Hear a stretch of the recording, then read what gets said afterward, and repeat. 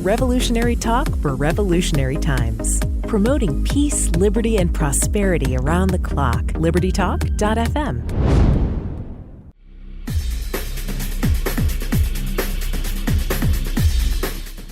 Welcome to Living in the Solution with Dr. Elena George. Today we have a return guest, someone we haven't spoken with for a while, but I think what he has to say is very timely. We're going to speak with Mr. J.D. Tuccille. He's a former managing editor of Reason.com and current contributing editor. Having started his online career in the days of proprietary online services and seen them swept away by the internet, he's a believer in liberating and transformative power of new media. He's worked for ZDNet, the New York Daily News, and Forgotten.coms and .orgs for years. He's edited the late lamented Freedom News Daily for the equally mourned freemarket.net. His provocative and often witty columns on topics including civil liberties and government overreach have appeared in publications including the Arizona Republic, the Denver Post, and Washington Times. As a result, he's been quoted and criticized in the pages of such publications as the New York Times and Salon. He's also the author of the comic adventure novel High Desert Barbecue, which reviewers have kindly described as fun, a very polished novel and filled with likable characters, tons of humor, and nice sprinkling of libertarianism throughout. He's an enthusiastic explorer of the American Southwest deserts, mountains, and forests, and he lives in rural Arizona with his wife and their son and their 2 dogs.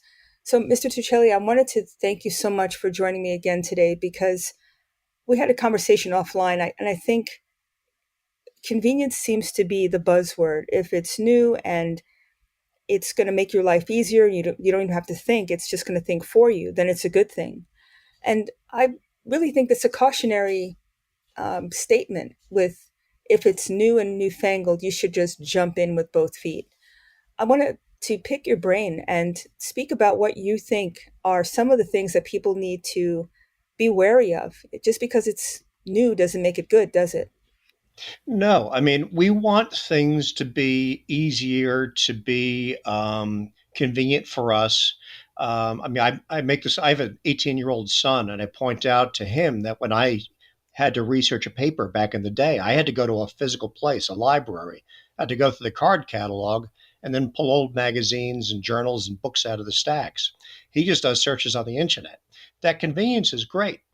But there are trade-offs in everything that we do. Sometimes those trade-offs are worthwhile. I have a cardiac pacemaker. It speaks to a base station. It creeps me out. But I've had my cardiologist call me and say, you know what, your pacemaker is telling us stuff that is a little disturbing. We've got to address that. And then I ended up having a procedure that made my health better. But sometimes the trade-offs are not worthwhile.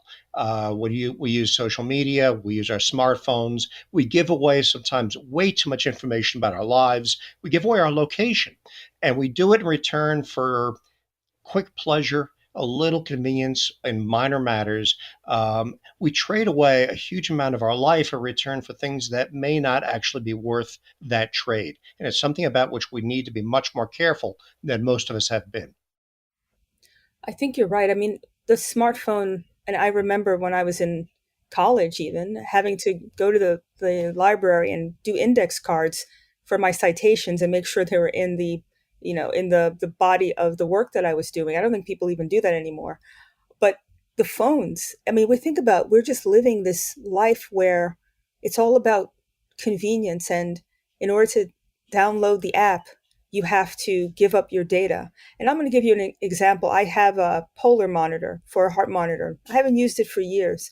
I decided to pick it up and try to use it again, and it changed their access information. I had to give serious data about myself in order to even turn on the polar monitor. And I said, I don't need this anymore because forget that.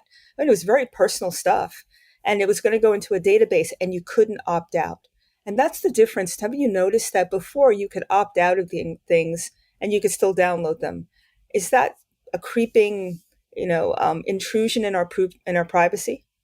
It is. And I think it was based upon changes in public perception. In the past, if you'd ask somebody, if you said, here's a cool toy